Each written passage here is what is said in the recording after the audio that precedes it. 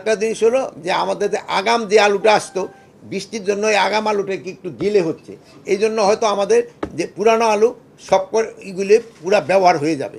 যদিও এবার আলুতে কৃষকরা ক্ষতিগ্রস্ত হয়েছে, কিন্তু অন্যান্য যারা এটার সাথে জড়িত তারা সবাই লাভবান হয়েছে।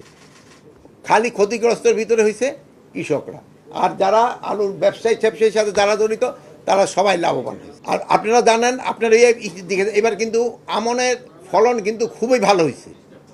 আমনের ফলন খুবই ভালো হয়েছে, প্রায় 50% আমন ধান কিন্তু কাটা শেষ হয়ে গেছে এবং ডেইলি কিন্তু কাটতেছে, এটা বাড়তেছে। তো যদি কোনো রকমের বড় ধরনের কোনো সমস্যা না হয়, এবার আল্লাহ দিলে আমাদের আমনও বাম্পার হবে। যেটা আমাদের আপনারা জানেন যে এর আগে আমাদের যে এই বড় ধান হয়েছিল প্রায় 15 লক্ষ টন, আমাদের এস্টিমেটের থেকে বেশি হয়েছিল। আমনও এরকম আমাদের যে এস্টিমেট করা আছে ওর আল্লাহ দিলে বেশি হবে।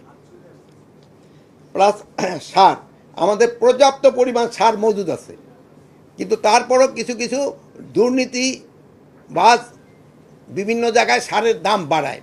এই জন্য আমি অলরেডি ইনস্ট্রাকশন দিছি, আমাদের অফিসাররা এটার ক্ষেত্রে পুরা নজরদারি করবে। যে অফিসার নজরদারি করতে ফেল করবে তার বিরুদ্ধে আমরা অ্যাকশন নেব। কৃষক যেন ন্যায্য মূল্যে সার পায়, এটার আমরা ব্যবস্থা করব। কোনো অবস্থায় আমাকে নির্ধারিত মূল্যের চেয়ে 1 পয়সাও যেন বেশি নিতে না পারে।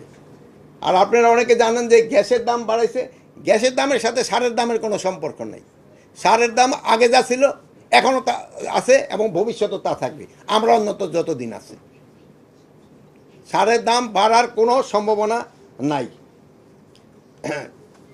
ওই যে সবজির দাম এখন নিচের দিকে। এবার আপনারা কেউ বলেন না অবশ্য, আগে বলতেন যে 70 টাকার নিচে কোনো সবজি পাওয়া যাচ্ছে না, 100 টাকার নিচে কোনো সবজি পাওয়া যাচ্ছে না, বাট এখনও কিন্তু সবজি একটু নিচের দিকে দাম।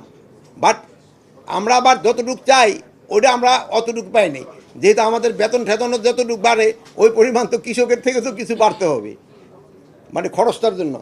তাও এবার সবজি আল্লাহ দিলে ভালো হয়েছে, যেরকম ওইরকম কোনো ফ্লাড বা ওই কী বলে সাইক্লোন কোনো সমস্যা না হয়, সবজির ফলনও ভালো, সবজির দামও আমরা মনে করি একটা সহনীয় পর্যায়ে থাকবে, আর একটা আপনারা জানেন আমাদের কিন্তু এখন একটা রিক্রুটমেন্ট হচ্ছে, যেমন কৃষি গবেষণা ইনস্টিটিউটে, তারপরে ধান গবেষণা ইনস্টিটিউটে, তারপরে পাট গবেষণা ইনস্টিটিউটে, বিআইএফসিতে। আপনার কাছে আমার একটা অনুরোধ, এটার ভিতরে কোনো ধরনের যদি দুর্নীতির কোনো গন্ধ পান আমাদের জানাবেন। কোনো ধরনের কোনো রকমের দুর্নীতির গন্ধ পেলে এই যে রিক্রুটমেন্টের ক্ষেত্রে আপনারা জানাবেন। আমরা যেমন দেখছেন ওই স্বরাষ্ট্র মন্ত্রণালয়, একটু ভাই আমার কথাটা শোনেন, স্বরাষ্ট্র মন্ত্রণালয় দেখতে পুলিশ, বিজিবি, আনসার, তারপরে ফায়ার ব্রিগেড, তারপরে কি কারা, কোনোটার রিক্রুটমেন্টের ক্ষেত্রে কিন্তু আপনারা মানে ওরকম কোনো গন্ধ পান নাই। এটার ক্ষেত্রে যদি কোথাও কোনো গন্ধ পান আপনারা অবশ্যই জানাবেন। হ্যাঁ, নিউজে এটা যেইভাবে লটারি করার ওইভাবেই লটারি করেছি। এটার ক্ষেত্রে আমরা 3টা ক্রাইটেরিয়া নির্ধারণ করছি: A category, B category, C category.